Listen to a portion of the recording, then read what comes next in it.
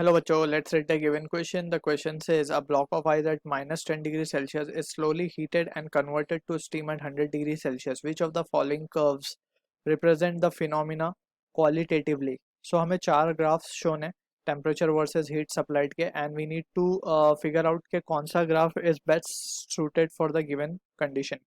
So for understanding this problem,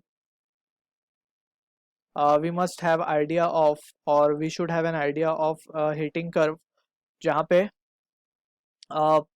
we need to be clear with two things.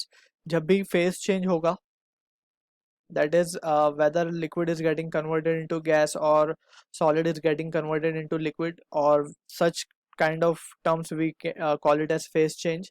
So temperature हमेशा constant होता है. Temperature we take it as to be constant.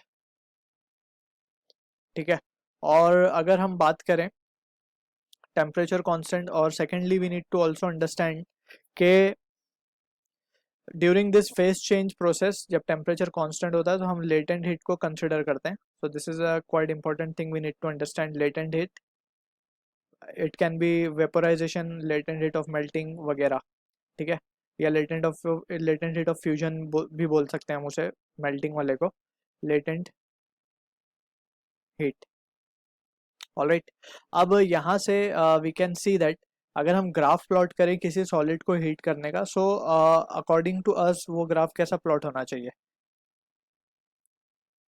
अगर हम मान लें कि ये हीट सप्लाइड है Q, और हम मान लेते हैं कि ये temperature, using this concept only we will try to answer the given question.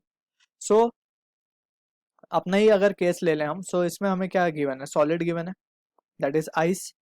ठीक है, तो आइस पहले कहाँ है, initially it was at minus 10 degree Celsius. अब उसे हमने स्लोली हीट करना शुरू किया. ठीक है ना, स्लोली हीट किया तो उसका टेम्परेचर भी राइज कर गया. अब उसका टेम्परेचर राइज कर गया, सो लेट्स से ये पॉइंट O है हमारा और ये पॉइंट A है.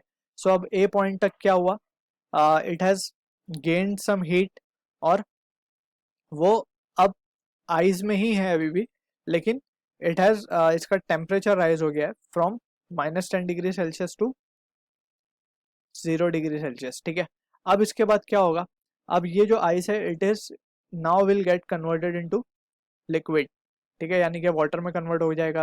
अब बी पॉइंट तक ये कम्प्लीटली वाटर में कन्वर्ट हो चुका होगा, और उसके बाद फिर क्या होगा, अब ये वाटर बॉयल होना स्टार्ट हो जाएगा. ठीक है, अब वाटर बॉयल होगा एट पॉइंट सी तक. वाटर बॉयल होने के बाद पॉइंट सी पे वाटर बॉयल हो जाएगा. अब उसके बाद it will again start to get converted into gas. So यहाँ पे वी कैन से, यहाँ पे हमें गैस मिल रहा है, यहाँ पे हमें लिक्विड या वाटर मिल रहा है. ठीक है, so this thing we need to remember कि अभी जैसे हमने डिस्कस किया फेज चेंज कहाँ हो रहा है, कांस्टेंट, टेम्परेचर कांस्टेंट है यहाँ पे भी और यहाँ पे भी. तो ये सॉलिड से लिक्विड बन गया और ये लिक्विड से गैस बन चुका है, और हमें कहाँ तक जाना है, स्टीम तक जाना है 100 डिग्री सेल्सियस तक. So from this we can say जो पॉइंट डी है यहाँ पे गैस जो है कम्प्लीटली कन्वर्ट हो चुकी है गैस में.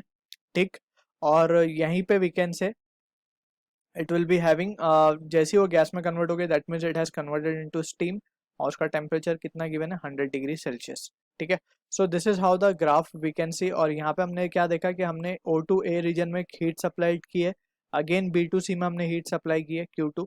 सो वी कैन से कि heat supplied is getting increase from O2A and B2C, मतलब हीट सप्लाई की गई है, उसके बाद ही the ice from minus 10 degree Celsius got converted into steam at 100 degree Celsius. So ये ग्राफ को अगर हम कंपेयर करें, so हमारा ऑप्शन जो A है that will be matching.